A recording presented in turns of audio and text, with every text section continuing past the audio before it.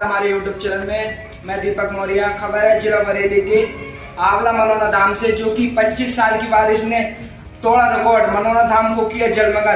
जय श्री श्याम महाराज जी। जय श्री श्याम। महाराज जी, आज धाम पर बहुत ज़्यादा बारिश हुई है और इस बारिश में कैसे व्यवस्थाओं को कंट्रोल किया गया?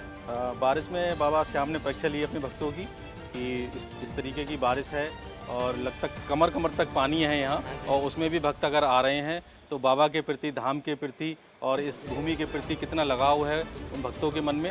और किसी भी तरीके से ये महसूस नहीं हुआ कि इतनी बारिश होने के बावजूद किसी तरीके की यहाँ कोई दिक्कत आई हो, परेशानी आई हो।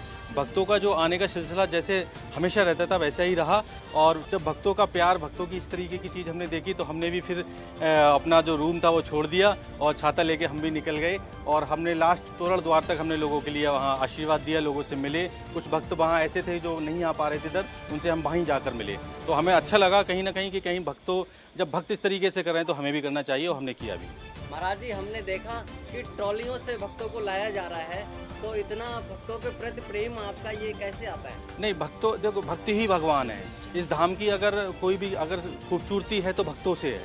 इस धाम की अगर महिमा है तो भक्तों से है। भक्त में ही भगवान छुपे हुए होते हैं। तो अगर उनको अगर कष्ट होगा तो सीधे सीधे बाबा को दिक्कत होगी, और बाबा को हम किसी तरीके से सपने में भी कोई दिक्कत नहीं दे सकते, क्योंकि उन्होंने इतना बड़ा टेस्ट किया है और अरबों लोगों में से हमें चुना है। तो हम सोचते हैं कि यहाँ कोई भी भक्त आए तो वो निराश ना जाए। महाराज जी, ये जो आंवला क्षेत्र में बारिश हुई है, ये कितने समय का रिकॉर्ड टूटा है? ये सन 1998 में 98 में इस तरीके की बारिश हुई थी। तब से लेकर अब तक इस तरीके की बारिश नहीं हुई है। ये इस तरीके की बारिश है कि आप देखो, टोटल सब जलमग्न है। पूरा आप कहीं भी निगाह दौड़ा के देखें, आप सब कुछ जलमग्न है। और बाबा की असीम कृपा इस भूमि पर कि ये टापू पे अपना धाम है।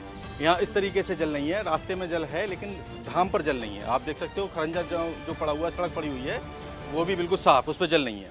चारों तरफ जलमग्न है एरिया, लेकिन धाम के पास बिल्कुल बारिश नहीं। हाँ, ये बाबा की ही कृपा है।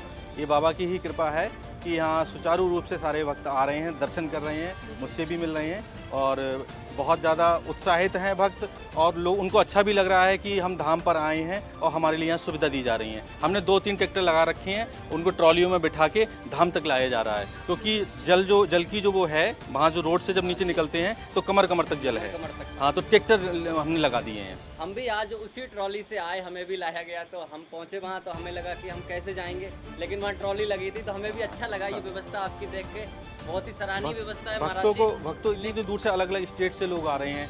अगर उनको यहाँ आने के बाद भी कष्ट हुआ तो मनोना धाम का नाम, और जो इस तरीके की बाबा यहाँ पूरे ऑल ओवर वर्ल्ड में जो चमत्कार मनोना धाम पर हो रहे हैं वो आप लोग देख रहे हो, कहीं नहीं हो रहे हैं। तो बाबा की कितनी असीम कृपा है। बाबा पूर्ण साक्षात रूप से यहाँ पर विराजमान होकर आशीर्वाद दे रहे हैं लोगों के लिए।